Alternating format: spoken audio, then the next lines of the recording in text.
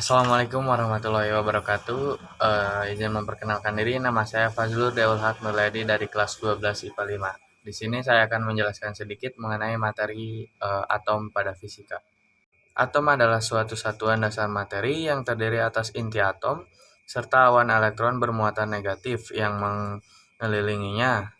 Inti atom terdiri atas proton yang bermuatan positif dan neutron yang bermuatan netral, kecuali pada inti atom hidrogen -1 yang tidak memiliki neutron. Elektron-elektron pada sebuah atom terikat pada inti atom oleh gaya elektromagnetik.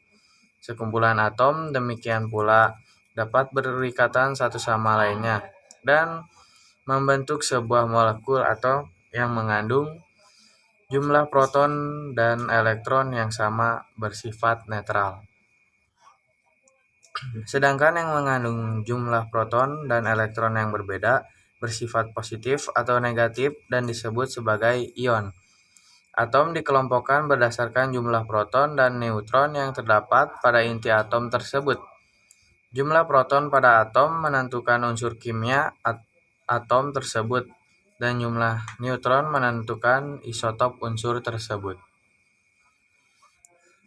Kisaran massa atom yaitu sekitar 1,67 dikali 10 pangkat minus 27 sampai dengan 4,52 dikali 10 minus 25 kg. Muatan listrik pada atom yaitu berkisar 0 atau netral ataupun muatan ion. Kisaran diameter atom yaitu sekitar 62 pm sampai dengan 520 pm. Komponen elektron dan inti atom yang terdiri dari proton dan neutron. Istilah atom berasal dari bahasa Yunani yang berarti tidak dapat dipotong ataupun sesuatu yang tidak dapat dibagi-bagi lagi. Konsep atom sebagai komponen yang tak dapat dibagi-bagi lagi pertama kali diajukan oleh para filsafat India dan Yunani pada abad ke-17 dan ke-18. Para kimiawan meletakkan dasar-dasar pemikiran ini dengan menunjukkan bahwa zat-zat tertentu tidak dapat dibagi lebih jauh lagi menggunakan metode-metode kimia. Selama akhir abad ke-19 dan awal abad ke-20, para fisikawan berhasil menemukan struktur dan komponen-komponen subatom di dalam atom, membuktikan bahwa atom tak dapat dibagi-bagi lagi. Prinsip-prinsip mekanik kuantum yang digunakan para fisikawan kemudian berhasil memodelkan atom. Dalam pengamatan sehari-hari, secara relatif, atom dianggap sebuah objek yang sangat kecil yang memiliki massa yang secara proporsional kecil. Atom hanya dapat dipantau dengan menggunakan peralatan khusus seperti mikroskop gaya atom. Lebih dari 99,9% massa atom berpusat pada inti atom, pada proton dan neutron yang bermassa hampir sama. Atom tersusun dari 3 subatomik, yakni proton dan neutron yang terletak di inti atom serta elektron yang terletak di kulit atom. Elektron terletak di kulit atom dapat bergerak atau berpindah dari satu lapisan kulit ke kulit lain. Proton terletak di inti atom. Ikatan inti atom membuat proton sulit bergerak bebas, sedangkan neutron terletak di inti atom bersama proton. Sebuah unsur atom dapat dinotasikan dengan X sama dengan lambang unsur, Z sama dengan nomor atom, dan A sama dengan nomor massa. Kemudian ada dari teori-teori atom. Yang pertama itu ada teori atom Dalton. Dalton adalah ilmuwan pertama yang meletakkan dasar bagi teori atom fisika modern sampai saat ini. Teori atom Dalton menjelaskan bahwa atom adalah partikel terkecil suatu materi berbentuk bola padat yang tidak dapat dibagi lagi. Atom setiap unsur benda memiliki sifat yang berbeda. Atom tidak dapat diciptakan maupun dimusuhkan, namun atom-atom dapat berikatan membentuk suatu senyawa baru.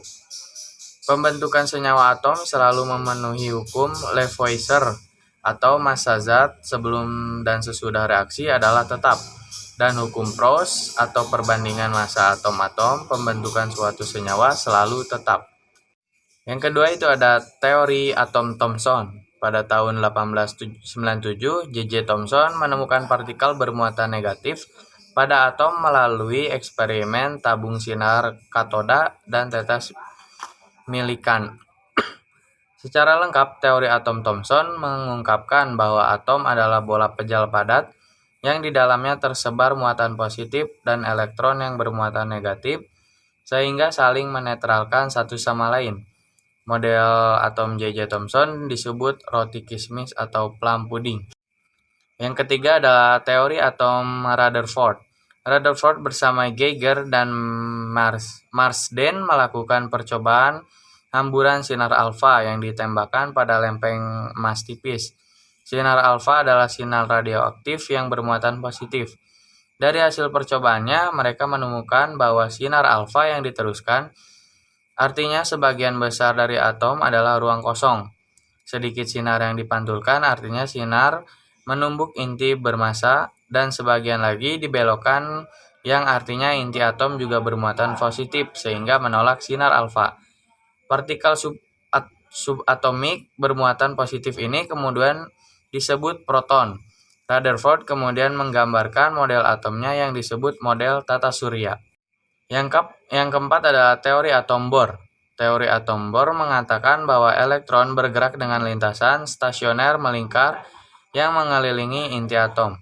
Di bawah pengaruh gaya sentripetal membuat elektron tetap berada dalam lintasannya dan tidak tertarik ke inti atom. Yang terakhir itu ada teori atom mekanik kuantum. Menurut Heisenberg, elektron yang sedang bergerak menimbulkan perubahan dalam posisi dan momentumnya setiap saat, sehingga posisi dan kecepatan elektron yang bergerak secara bersama-sama tidak dapat ditentukan secara pasti. Yang dapat ditemukan hanyalah kemungkinan keberadaan elektron. Elektron yang dapat berperilaku sebagai gelombang. Kemudian diusulkan sebuah persamaan gelombang elektron oleh Schrödinger pada 1926. Pada 1932, James Chadwick melalui pengamatan radiasi inti atom menemukan adanya radiasi sinar gamma yang bermassa, namun tidak bermuatan, yang hari ini dikenal sebagai neutron. Sekian video penjelasan atom kali ini. Mohon maaf apabila ada kesalahan. Assalamualaikum warahmatullahi wabarakatuh.